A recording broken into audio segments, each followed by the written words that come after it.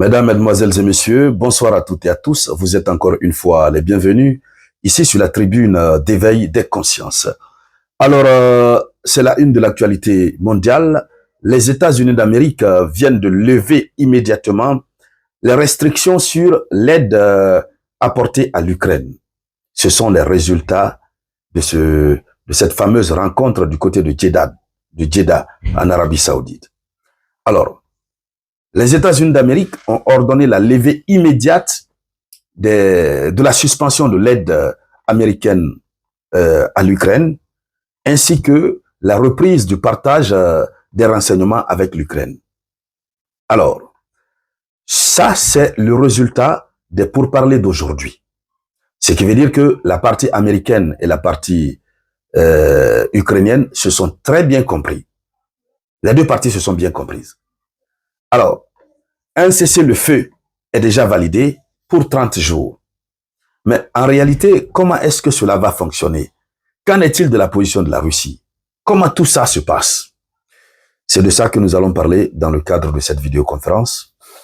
Et nous allons parler de ce communiqué conjoint, voilà, du contenu même. Et c'est pourquoi je vous demande de partager cette vidéoconférence au maximum. Partagez-la dans tous les groupes possibles. Voilà, mettez beaucoup de j'aime. Alors, nous sommes à un autre tournant décisif de l'histoire du conflit russo-ukrainien, comme j'ai pas manqué de vous le dire cette matinée.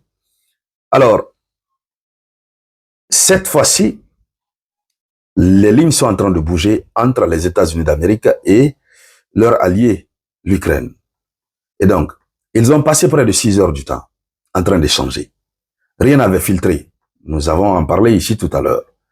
Mais apparemment, dans la valise de la délégation américaine, il y avait le contrat minier, le contrat sur les minéraux rares.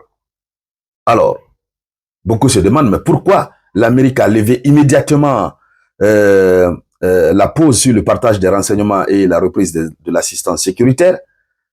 Vous savez, Donald Trump avait proposé la signature d'un accord sur les terres rares en Ukraine. Ce document était déjà parti à Bruxelles. Zelensky avait ordonné à ses ministres de ne pas du tout signer. Alors, cette fois-ci, on ne nous dit pas clairement que le document a été signé. Mais nous comprenons au fond que ce document a certainement été signé. Nous comprenons que le document a été signé. Puisque on se demande qu'est-ce qui va motiver l'Amérique à changer rapidement d'avis. Alors donc, on a comme l'impression que tout était déjà prévu et il fallait juste se retrouver et puis paraffer, signer les accords. Donc, les États-Unis d'Amérique ont levé immédiatement la pause sur le partage des renseignements et reprennent l'assistance sécuritaire à l'Ukraine.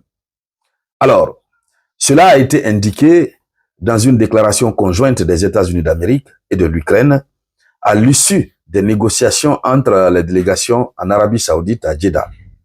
Alors, au cours de la réunion, l'Ukraine s'est déclarée prête à accepter la proposition américaine de mise en œuvre immédiate d'un cessez-le-feu temporaire de 30 jours.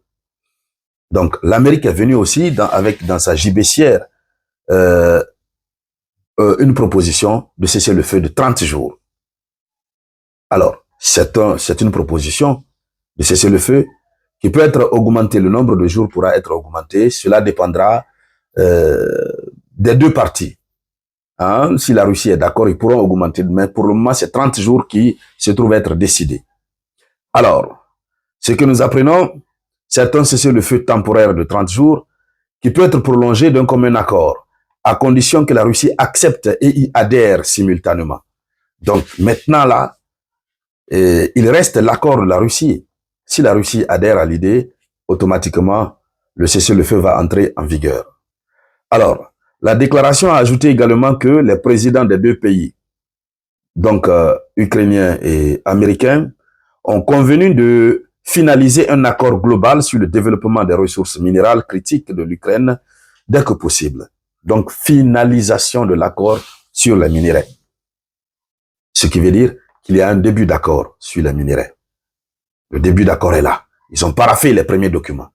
Ils attendent, dès que possible, les deux vont se retrouver. Allez, ils vont signer.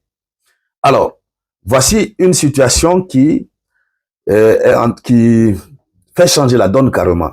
La Russie est sous une sorte de pression désormais. Et il vous souviendra dans la vidéoconférence que nous avons animée le matin concernant cette attaque massive que l'Ukraine a opérée dans la ville de Moscou. Je vous avais dit qu'il y avait 3 hypothèses. Soit Poutine se serait fait piéger, soit l'Ukraine cherchait juste à avoir une position de force avant d'aller aux négociations, ou soit chacun cherche vraiment à impacter négativement l'autre avant l'avènement de la paix. La première hypothèse que nous avions dégagée, nous avions dit quoi? Nous avions dit que, évidemment, nous sommes en face d'une situation où, sûrement, c'est l'Amérique qui a ordonné à l'Ukraine de commencer à tirer sur la capitale russe, puisque c'est la première fois. Une manière de mettre la pression sur Vladimir Poutine. Alors, si aujourd'hui, ils sont tombés d'accord, ces différents pays sont tombés d'accord, ces 2 pays sont tombés d'accord. Donc, la balle est désormais dans le camp de la Russie, qui est obligée d'accepter la proposition américaine parce que l'Ukraine a accepté. Et la Russie est aussi obligée d'accepter parce que l'Amérique, qui avait coupé tous les liens, partage de renseignements, aide militaire à l'Ukraine, l'Amérique vient de réactiver. Ça veut dire que l'Ukraine redevient encore très forte. Ça veut dire que l'Ukraine est encore prête à faire très très fort sur la Russie à travers l'exemple qui a été donné le matin. Donc, il y a comme une sorte d'épée de Damoclès qui est sur la tête de Vladimir Poutine. Donc, une sorte de pression indirecte qui est sur la Russie, qui oblige donc la Russie à se soumettre à ce qu'eux, ils veulent. Voici ce que beaucoup n'arrivent pas à comprendre. La stratégie américaine a été très très forte, hein, et je crois qu'elle va payer. Alors que l'Amérique a montré un respect religieux à l'égard de la Russie, alors qu'à l'arrivée de Donald Trump, il a montré par A plus B qu'il est là pour le bien de la Russie, il a d'ailleurs favorisé, hein, selon ce qu'on a constaté, il a d'ailleurs favorisé la Russie par rapport à l'Ukraine. Donc, lorsqu'une telle situation arrive, on voit que c'est une vraie stratégie qui a été mise en œuvre. Des vrais cerveaux ont travaillé. Le cessez-le-feu de 30 jours, la Russie a toujours dit qu'elle était prête. Alors, mais est-ce que les conditions qui sont dans le cessez-le-feu sont les conditions favorables à la Russie? C'est ce qu'on va voir. En tout cas, dans les heures à venir, la Russie va se prononcer. Et nous, on reviendrons ici pour décortiquer au maximum ce qui sortira de la déclaration russe. Alors, on va continuer de suivre cette actualité. Tout ce qui va en découler, on reviendra en parler ici sur la tribune d'éveil des consciences. Merci donc à toutes et à tous. Merci de partager cette vidéo. Je vous reviens tout à l'heure avec de nouvelles actualités. C'était la voix de votre unique samouraï.